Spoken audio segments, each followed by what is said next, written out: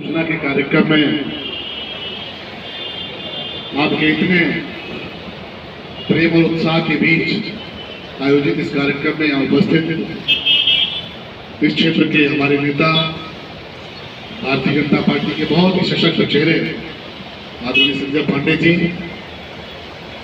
हमारी माटी की बेटी और जिन्होंने अपनी ऊर्जा और अपने सामर्थ्य से इस पूरे क्षेत्र को लगातार जगाने का काम किया है, आदरणीय बहन नेहा दुबे जी इस कार्यक्रम का संचालन कर रहे हैं। आदरणीय संदीप मिश्रा जी, नाम सही नहीं ना, आदरणीय रामू वर्मा जी, आदरणीय दर्शना त्रिपाठी जी, आदरणीय सीमा जी, आदरणीय कंचन झा जी, आदरणीय सुषमा जी। आजकल मुंबई में एक टाइगर बहुत डरे हुए हैं, लेकिन हमारे टाइगर राजेंद्र मिश्रा जी,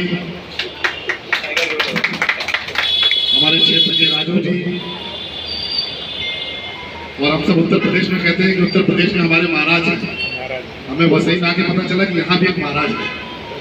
आदरणीय महाराज जी, आदरणीय दुबे जी, आदरणीय दयाशंकर तिवारी जी, यहाँ उपस्थित सभी सम्मानित भारतीय जनता पार्टी के हमारे कार्यकर्ता साथी, पदाधिकारी साथी, यहाँ उपस्थित उत्तर प्रदेश के हमारे माताएं, बहनें, बड़े बुजुर्गों, नौजवान मित्रों,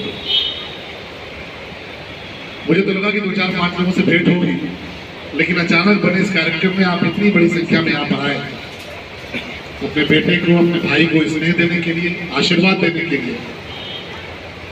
इसके लिए मैं हृदय की गहराइयों से आप सभी के चरणों में कोटि कोटि नमन करता हूँ, वंदन करता हूँ, अभिनंदन करता हूँ। ये आपका प्रेम है, ये आपका लगाव है, अपनत्व है, और सही मायने में आप सब यहाँ पर रह के अपनी ऊर्जा, अपने सामर्थ्य, अपनी ताकत से, अपनी मेहनत से जिस प्रकार से महाराष्ट्र की तरक्की में अपना योगदान दे रहे हैं, जिस प्रकार से पूरे क्षेत्र की आगे बढ़ने में अपना योगदान दे रहे हैं, उसको लेके देवरिया हो, कुशीनगर हो, गोरखपुर हो, पूरा उत्तर प्रदेश आपको लेके गौरव की अनुभूति करता है, गर्व की अनुभूति करता है। और आप जब खुश होते हैं, आपकी खुशी आपके चेहरे पे जब दिखती है हम सबको, तो हम सबके दिल को बहुत सुकून मिलता है कि चलो हमारे क्षेत्र के लोग हैं, घर छोड़ के गए हैं, वतन छोड़ के गए हैं, लेकिन आज महाराष्ट्र में, आज मुंबई में बहुत सारे इलाके ऐसे हैं जो उत्तर प्रदेश और हिंदी भाषी क्षेत्र के लोगों के नाम से जाने जाते हैं। हमारा सीना चौड़ा होता है, हमें गर्व की अनुभूति होती है। तो आगे के कार्यक्रम में विलंब हो रहा है, मैं बस एक बात कहूंगा, नेहा जी ने बीमारी का जिक्र किया कि बीमारी को खत्म करना है। जो हिंदी भाषी लोग हैं, उत्तर प्रदेश के लोग हैं, वो बड़ी से बड़ी बीमारियों को खत्म करना जानते हैं। उनको प्रकृति ने सिखाया है, बहुत तरह की चुनौतियां आती हैं, बहुत तरह की समस्याएं आती हैं, लेकिन हिंदी भाषी क्षेत्र के जो लोग हैं, उत्तर प्रदेश के लोग हैं, वो बड़ी से बड़ी बीमारियों से निपटना जानते हैं। इस देश में 370 नाम की भी एक बीमारी थी, धारा 370, और वो ऐसी बीमारी थी कि कोई ये मान नहीं सकता था कि वो बीमारी हटेगी कभी इस देश के माथे से।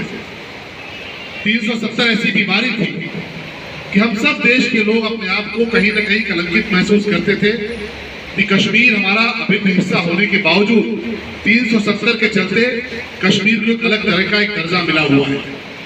लेकिन आप सब एक हुए, आप सबने मन में ठाना, आप सबने संकल्प लिया, आप सबने मोदी जी को आशीर्वाद दिया, आप सबने भारतीय जनता पार्टी को आशीर्वाद दिया, आपने कमल के निशान को आशीर्वाद दिया।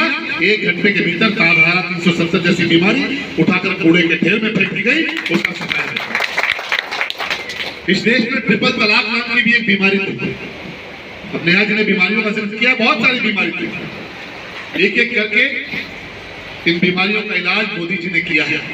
धारा 370 का क्या, धारा 370 के बाद ट्रिपल तलाक का क्या हश्र हुआ, ये भी आपको पता है। इस देश में एक और बीमारी थी, और मुंबई तो उसका सबसे बड़ा चश्मदीद गवाह है कि किस प्रकार से पाकिस्तान से आए हुए कायर आतंकवादियों ने मुंबई पर हमला किया था। पूरी मुंबई उनके कब्जे में आ गई थी। कांग्रेस की हुकूमत थी, हुकूमत बेबस नजर आ रही थी, लाचार नजर आ रही थी।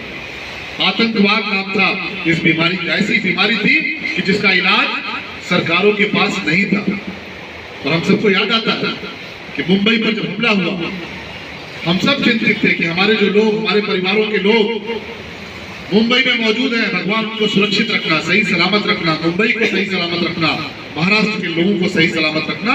लेकिन ये बीमारी ऐसी थी कि जब जब देश पे आतंकी हमला होता था, जब जब पाकिस्तान कोई आतंकवादी भेजता था, हमारे देश की सरकारें उनके आगे लाचार नजर आती थी। और मनमोहन सिंह जी प्रधानमंत्री थे कांग्रेस पार्टी के, जब पाकिस्तान हमला करता था, मनमोहन सिंह जी भागकर अमेरिका के दरवाजे पर जाते थे, संयुक्त राष्ट्र संघ के दरवाजे पर जाते थे और एक ही गुहार लगाते थे कि पाकिस्तान से बचाओ, पाकिस्तान से बचाओ, पाकिस्तान से बचाओ। लेकिन आपने ऐसा आशीर्वाद दिया मोदी जी को, आपने ऐसा आशीर्वाद दिया भारतीय जनता पार्टी को, आपने ऐसा आशीर्वाद दिया कमल निशान को कि आज पाकिस्तान दुनिया भर के दरवाजों पर जाकर गुहार लगाता है और कहता है भारत से बचाओ, भारत से बचाओ। और इसलिए मेरे बहनों भाइयों, ये कोई आम चुनाव नहीं है। महाराष्ट्र का जो चुनाव होने जा रहा है, ये बहुत निर्णायक चुनाव है। इस देश को दोबारा आतंकी हमलों का शिकार न होना पड़े, इस देश में ऐसी सरकारें ना आए, इस प्रदेश में ऐसी सरकारें ना आए जो आतंकवादियों के सामने घुटने टेके। इसलिए बहुत जरूरी है कि हम सबको एक होकर मेहनत के साथ, सामर्थ्य के साथ 20 अक्टूबर तक शांति से नहीं बैठना, मेहनत करनी है। 20 तारीख मतदान का दिन, आप जानते हैं, ज्यादा से ज्यादा संख्या में, बड़ी से बड़ी संख्या में निकलिए, भाजपा को जिताइए। जो जिस क्षेत्र का है, आप यहाँ के हैं, किसी और क्षेत्र के भी हैं, जहाँ के वोटर हैं, प्रत्याशी मत देखिए, हमारा प्रत्याशी तय है, कमल का निशान मोदी जी, उससे बड़ा कोई नाम नहीं है। निकल के बड़ी से बड़ी संख्या में भारतीय जनता पार्टी को जिताइए। बहुत बहुत धन्यवाद, आपने इतना प्रेम दिया, आपने इतना स्नेह दिया, ये सदैव मेरे हृदय में रहेगा। और नेहा जी निश्चित रहिए, ये जो कर्ज है उतार तो नहीं पाऊंगा और पुरजोर उतारने की कोशिश करूंगा। बहुत बहुत धन्यवाद, बहुत बहुत